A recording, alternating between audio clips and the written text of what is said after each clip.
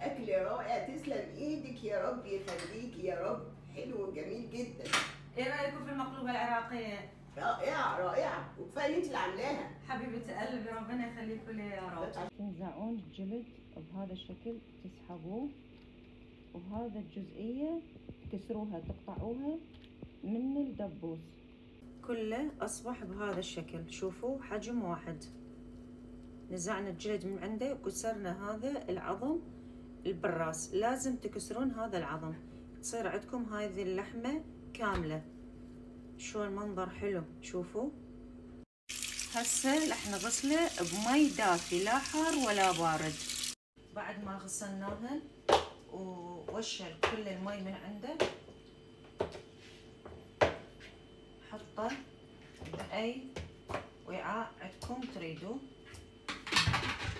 رح ننزل عليه ملح، وننزل عليه ليمون، قطعوه حلق دوائر. رح ننزل عليه مي دافي وننقعه مي وملح وليمون. نتركه لمدة ساعة. هسه خلينا الدجاج مي دافي وملح وشرائح الليمون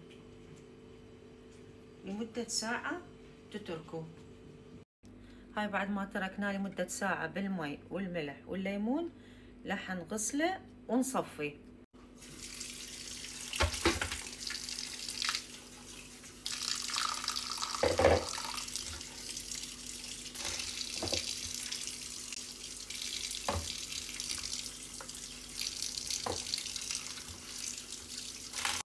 هسه بعد ما صفيناه وغسلناه، رح نضيف الملح. اجى دور التتبيلة: ملح، كاري دجاج،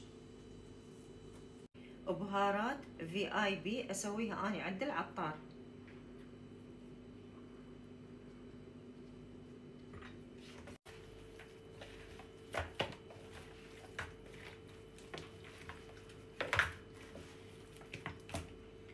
والخلطة الرئيسية وسر الخلطة للدجاج اللي يكون طري ومستوي وطيب ولذيذ، وهو الزبادي.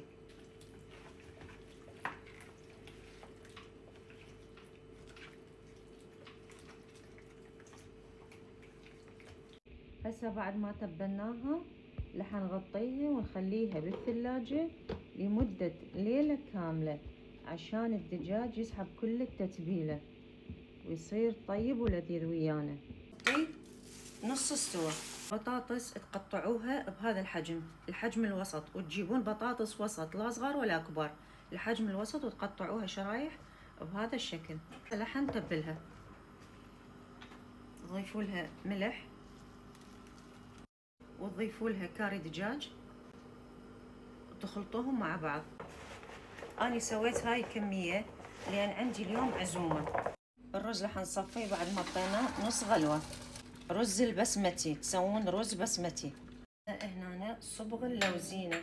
هاي بعد ما حطينا صبغ اللوزينة للرز، رح نضيف الملح، نضيف بهارات VIP اللي دائما اسويها حط العطار، خلطة خاصة مطبخ فوفا،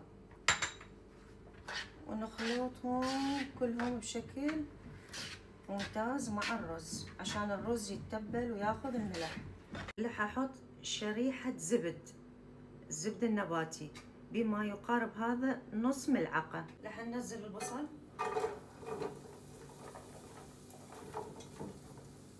قعر القدر، لان انا عندي عزومة فمسوية قدرين، فراح اوزع البصل هنا وهنا. هسه هاي الدجاج بعد ما تبلناه وحطيناه بالثلاجة لمدة ليلة كاملة، شوفوا شلون صاير ما شاء الله، ماخذ كل التتبيلة، يتاكل بصراحة وهوني ما شاء الله. باعوه. هسه رح نوزعه بالقدرين.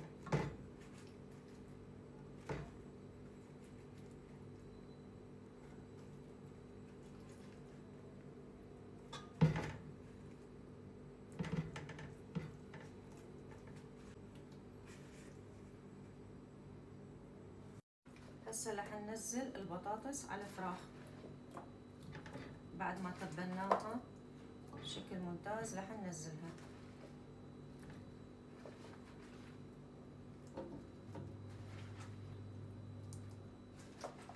هسه راح ننزل سر الخلطة العجيبة الرهيبة اللي صار لها هاي الطبخة، طبخة المقلوبة، سنة على السوشيال ميديا أثارت الجدل. مقلوبة وبيها زبيب؟ إيه حياتي، مقلوبة وبيها زبيب وبيها بسلة بازالية، يعني ناس تسمي بسلة وناس تسمي بازالية. احنا بالبيت نطبخها بهذا الشكل، وما شاء الله كلها اللي يعرفوني يطلبون هاي المقلوبة من عندي بالعزايم، والدليل هاي دا أسوي قدرين للعزيمة.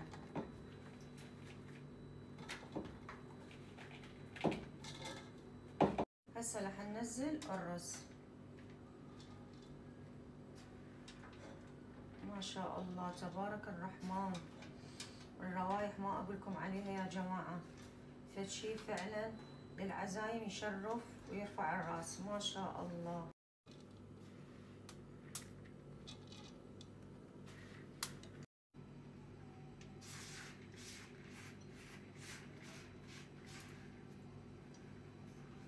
تضيفوا له هذا المقدار من المي، مقدار كوب بس فقط، وتغطوه وتحطوه على النار لمدة ساعة، وسهمكم العافية إن شاء الله. وهسه راح نضيف على القدر الثاني أيضا مقدار كوب مي بس، وتغطوه.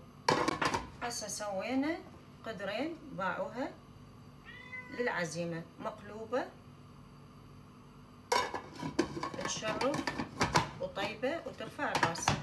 وبهالشكل كملت وصفتنا لليوم المقلوبة على طريقة مطبخ فوفا، واللي يريد الطريقة كاملة يتابع صفحتي على اليوتيوب، تلقون الرابط بالبايو. اللهم صل على النبي. بسم الله الرحمن الرحيم. اللهم صل على النبي.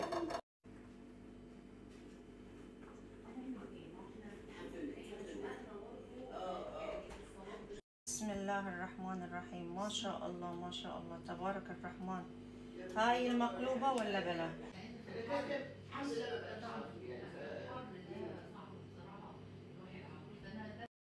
هذه المقلوبة اللي ما تتفوت نهائيا، والطعم والروائح دمار شامل بصراحة.